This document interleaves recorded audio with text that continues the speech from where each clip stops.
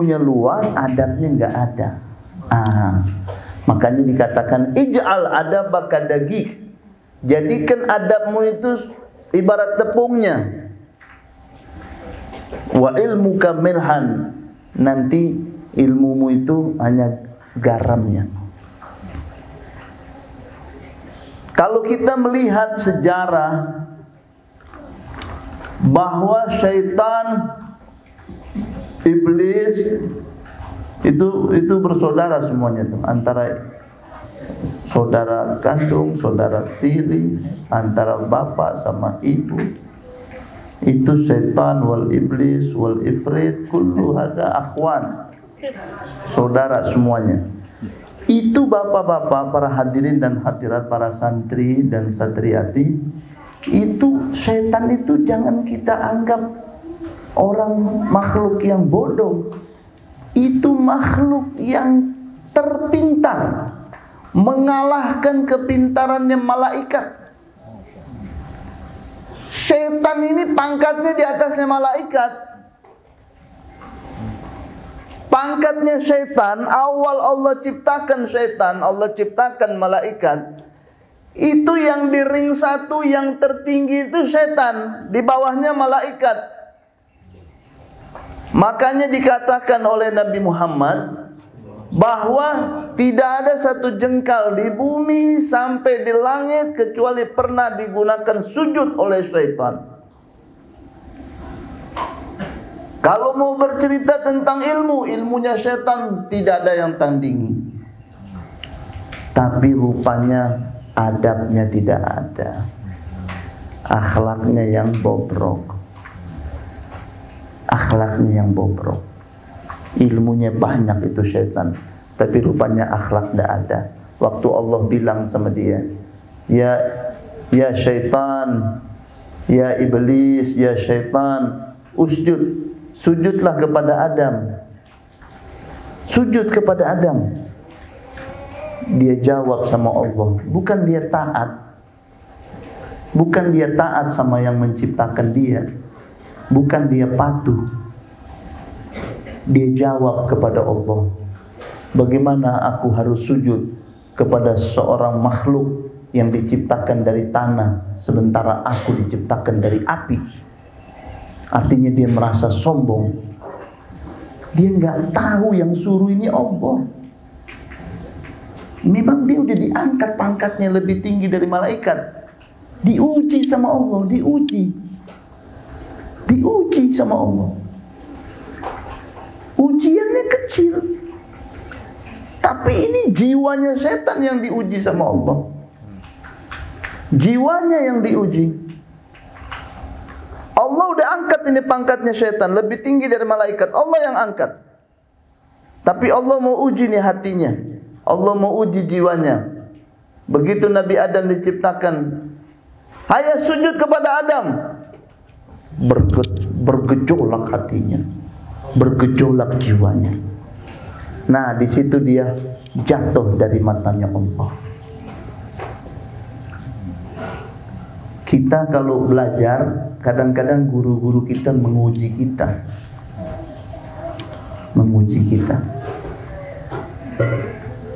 Kita harus paham. Jangan kita mengemukakan kesombongan, apalagi di hadapan guru kita. Jangan kita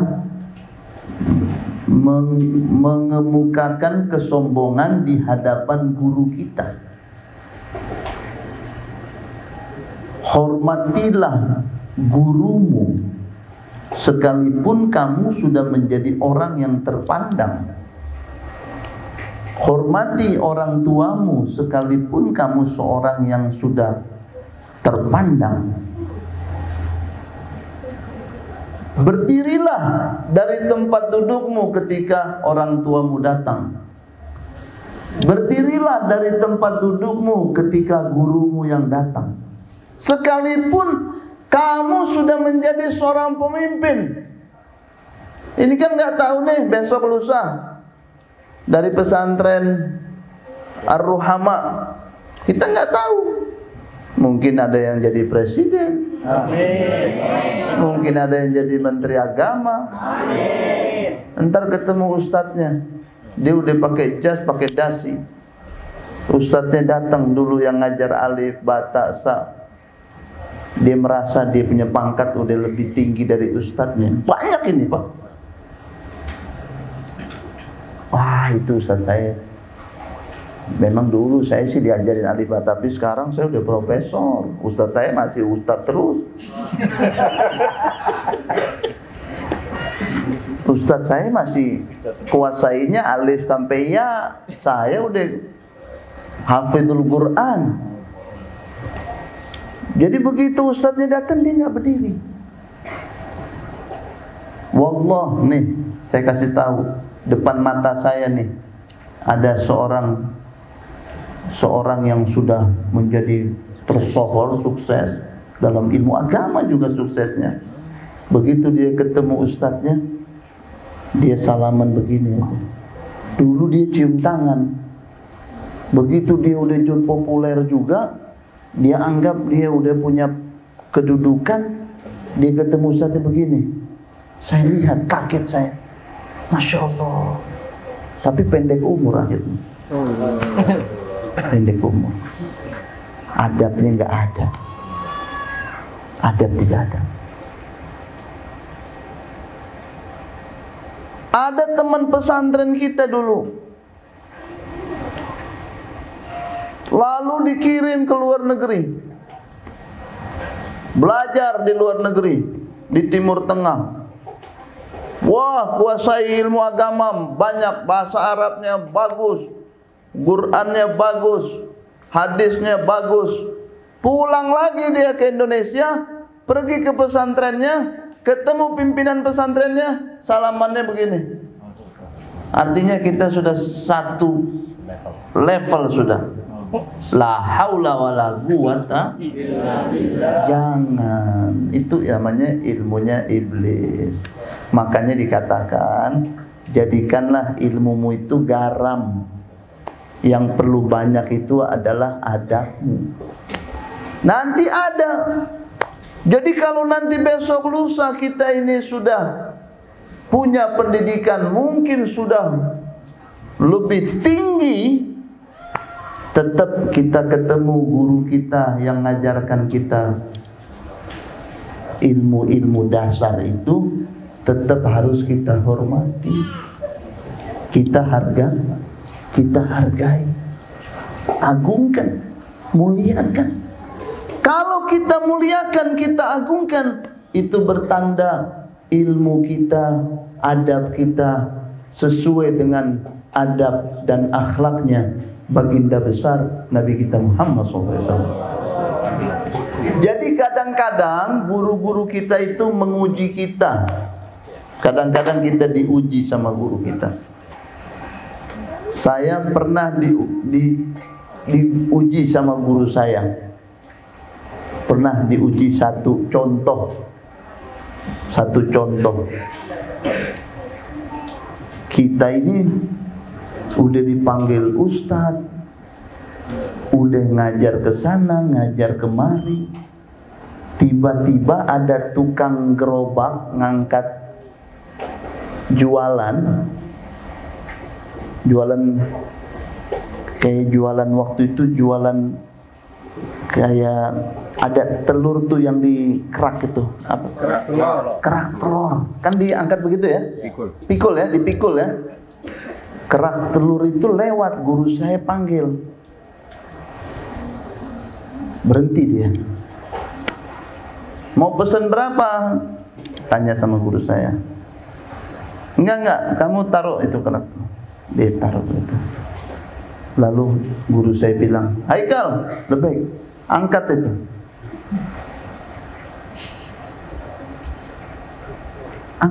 Angkat. Ya, guru yang suruh bilang. Kita disuruh keliling, dibiarin kita. Jadi saya ngangkat, orang ketawain. Dalam hati saya, kapan disuruh berhenti? Belum ada perintah berhenti. Saya bawa keliling. Rupanya guru kita lagi mau hancurkan sombong dalam hati. Mau dihilangkan sombong. Jangan merasa sudah hebat, jangan merasa sudah. Itu harus dihilangkan, karena kalau itu ada, itu adalah sifat syaitan.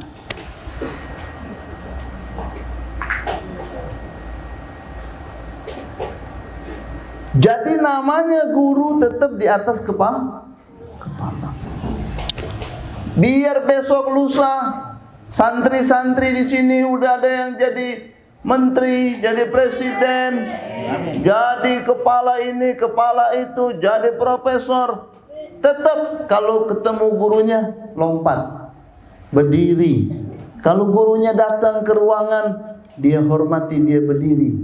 Jangan dia acuh. Kalau dia acuh, nanti dia bisa jatuh dari pandangannya Allah. Seperti setan sudah diangkat pangkatnya sama Allah, rupanya ada kesombongan, dia bantah Allah, dia tidak hargai Allah, akhirnya dia dijatuhkan sama Allah, pangkatnya sampai ke paling dasar.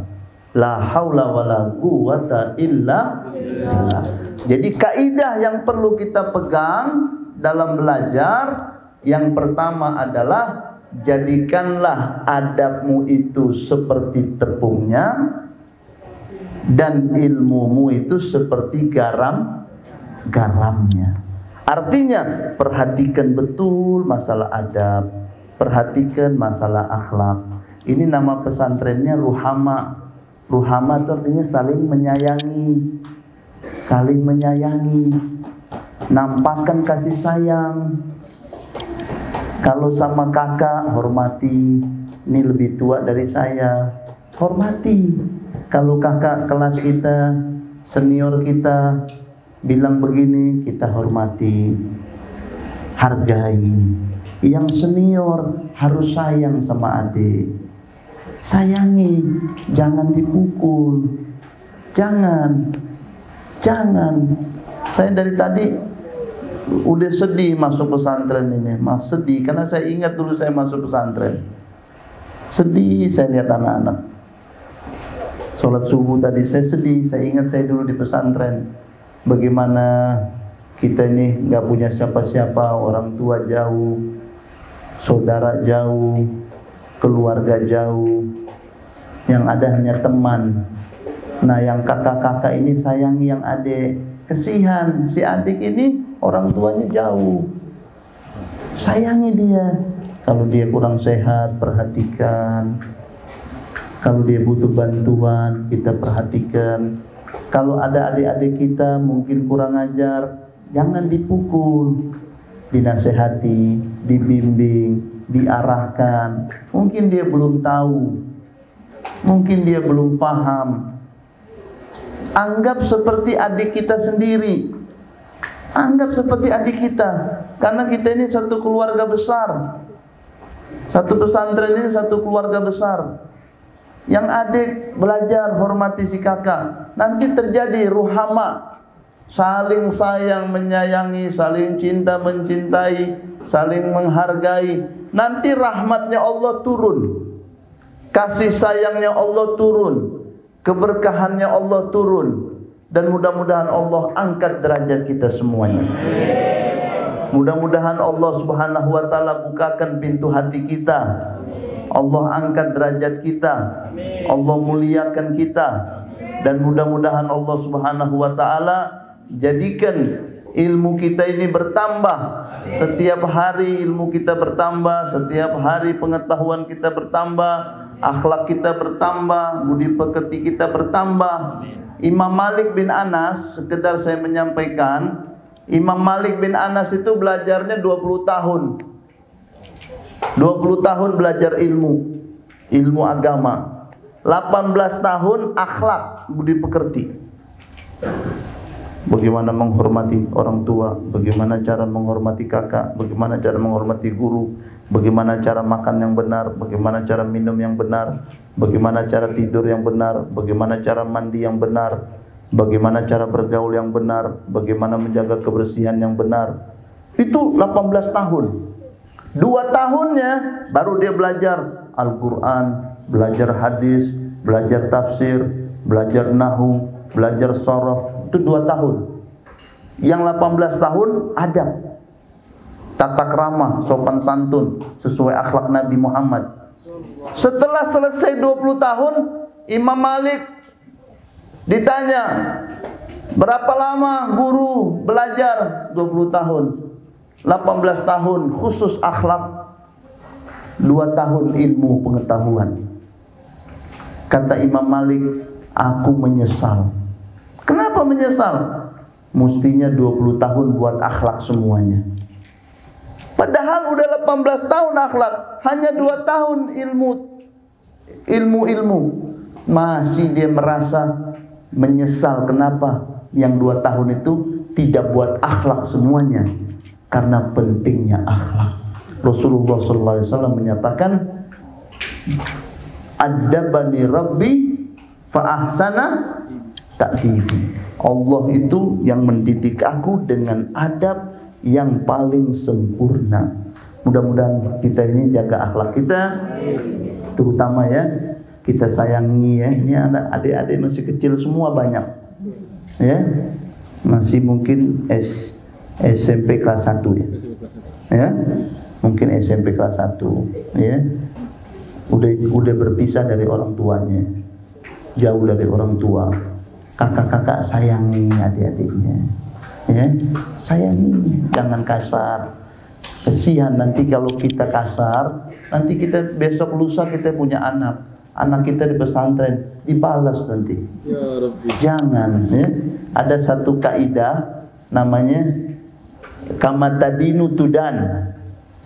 Ini sebenarnya ini yang paling menenangkan hati dari seluruh hadis Nabi Muhammad. Dari seluruh hadis Nabi yang begitu banyak, yang bikin tenang hati itu ini hadis satu ini. Kama tadinu tudan, apa yang kamu buat, kamu akan dapat. Apa yang kamu buat, kamu akan dapat. Artinya, kalau kita berbuat kebaikan, kita dapat. Kalau kita berbuat keburukan, kita dapat balasannya. Kama tadinu tudan. Kita hutang 10.000, harus bayar 10.000. Artinya, kalau kita suka jitak orang, ya, nanti kita bakal dijitak orang. Pasti udah hukum. Kita curi duit orang, kita punya uang pasti dicuri. Udah hukum alam semesta. Sudah ketentuan, kama tadinu tudan, apa yang kau bikin itu buat kamu. Ini saya tutup dengan satu kisah, para hadirin, adik-adikku yang aku cintai. Pernah Nabi Musa itu beribadah di atas bukit, di gunung. Lalu Nabi Musa setelah beribadah, Nabi Musa berkata, ya Allah, hari ini aku memohon kepadamu, perlihatkan keadilanmu ya Allah. Aku mau lihat keadilanmu. Selesai Nabi Allah Musa beribadah, meminta agar Allah memperlihatkan bahwa Allah itu maha adil. Tiba-tiba di bawah bukit itu ada air sungai mengalir. Memang kelihatan dari jauh. Nabi Musa lihat dari jauh. Ada anak muda bawa kuda. Anak muda bawa kuda. Mampir di pinggir sungai, dia turun dari kudanya, dia kasih turun tasnya. Setelah itu si anak muda ini berenang, mandi di sungai. Habis mandi, ganti baju, naik di atas kudanya. Nabi Musa lihat dari jauh, tasnya ketinggalan. Mau kasih tahu, nggak mungkin kedengeran suaranya Nabi Musa. Tasnya ketinggalan, dia naik kuda, dia jalan. Kata Nabi Musa, ya Allah, tasnya kesian ketinggalan. Nggak lama datang satu anak, lihat di dekat sungai ada tas, nggak ada manusia di tengah hutan. Dia lihat ini tas, nggak ada orang. Dia angkat itu tas, dia bawa pergi. Nggak lama datang satu orang tua, buta. Pelan-pelan sampai pinggir sungai, mulai si orang tua ini turun pelan-pelan, mandi di situ. Selesai mandi dia berdiri. Ini rupanya pemilik tasnya balik. Siapa pemilik tas? Pemuda yang pertama tadi yang bawa kuda. Begitu dia balik, dia lihat tasnya udah nggak ada. Dia lihat ada orang tua, satu orang sendiri. Pemilik tas itu tanya, "Bapak, tas saya di sini di mana?" Kata si orang tua itu, "Tas yang mana? Ini nggak ada orang di sini. Saya tadi ketinggalan tas. Tolong Bapak, di mana Bapak sembunyi tas saya?"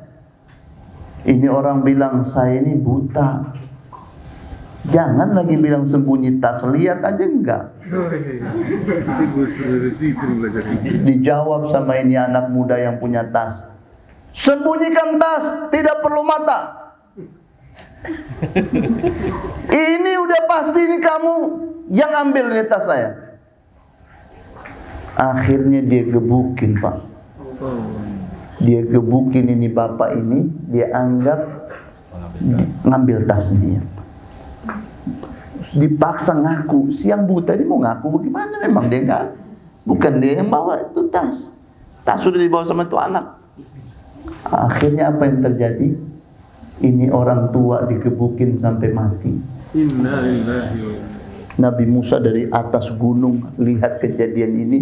Nabi Musa loncat-loncat. Bagaimana ini? Ini orang tua nggak salah kena hukuman. Nabi Musa bilang sama Allah munajatnya, "Ya Allah, aku ini lagi berdoa, minta diperlihatkan keadilanmu. Yang aku lihat ini luar biasa. Yang ngambil tas itu anak udah pergi dengan selamat. Orang tua yang tidak bersalah tiba-tiba dituduh dan dihukum sampai mati. Mana keadilanmu ya Allah?" Turun malaikat Jibril. Begitu malaikat Jibril turun, malaikat Jibril berkata, "Wahai Musa, kamu tadi minta apa sama Allah?" "Aku minta agar Allah perlihatkan keadilannya." "Wahai Musa, tadi Allah sudah perlihatkan." Kata Nabi Musa, "Bagaimana? Mana keadilannya Allah?" Kata malaikat Jibril, "Wahai Musa, kamu lihat tadi yang anak muda yang bawa tas?" Kata Nabi Musa, "Iya, saya lihat." "Kamu lihat tasnya ketinggalan?" "Iya, saya lihat." "Kamu tahu apa isi tas itu?" "Aku tidak tahu." "Itu isinya adalah uang. Jumlahnya sekian ribu dinar." "Kamu lihat ada anak yang bawa itu tas?" "Ya, saya lihat." "Biar kamu tahu wahai Musa, anak yang bawa tas itu dulu bapaknya kerja sama itu anak muda. Bapaknya dulu kerja belum dibayar gajinya. Gajinya sekian ribu dinar. Isi tas itu sekian ribu dinar, sama dengan jumlah gajinya bapaknya su anak yang belum dikasih. Jadi itu anak itu bawa tas itu ambil gaji bapaknya. Allah. Keadilan. Jadi itu anak nggak mencuri. Memang Allah dengan caranya. Dulu bapaknya kerja sama yang punya tas, nggak dibayar. Dibikinlah seperti itu sama Allah. Lalu kata Nabi Musa, bagaimana dengan orang tua itu kena hukuman sampai mati? Kata malaikat Jibril, orang tua itu dulu pernah bunuh bapaknya itu yang punya tas. Dan tidak kena hukum kisos. Maka dengan cara Allah dan keadilannya Allah, dia kena itu hukuman sebagaimana dulu dia bunuh bapaknya itu anak. Sudah lihat kata Jibril, sudah lihat Allah Maha Adil. Kata Nabi Musa, aku minta ampun, Allah Maha Adil. Jadi apa yang kita perbuat kembali sama kita. Kita baik sama kita punya adik, balik sama kita. Kita hormati kita punya kakak, balik sama kita. Kalau ada orang tua, sudah tua, kita hargai, kita hormati. Kata Nabi, nanti kau bakal tua, kau akan dihormati seperti kau hormati. Mudah-mudahan kita semuanya dapat keberkahan. Amin. Kita jaga adab istiadat kita, akhlak budi pekerti kita, kita tambah semangat belajar kita, hafalkan Al-Quran, hafalkan hadis, perdalam tentang akhlak dan budi pekerti, supaya Allah memberikan keridhaan kepada kita. Insya Allah seperti yang disampaikan oleh Ustadz tadi, bahwa 7 tahun insya Allah sudah hafal Quran, 7 tahun sudah bisa membawa ajaran Nabi Muhammad SAW, 7 tahun sudah bisa mengajarkan orang untuk berbuat baik. Itu cita-cita dan harapan yang sangat luar biasa. Allahumma rabbana atina fid dunya hasanah wa fil akhirati hasanah wa qina adzabannar. Wa sallallahu ala sayyidina wa maulana Muhammadin wa ala alihi wa sahbihi wasallam. Walhamdulillahi rabbil alamin. Ini saja sedikit yang bisa saya sampaikan. Kurang lebihnya saya mohon maaf. Wabillahi taufiq wal hidayah. Wassalamualaikum warahmatullahi wabarakatuh.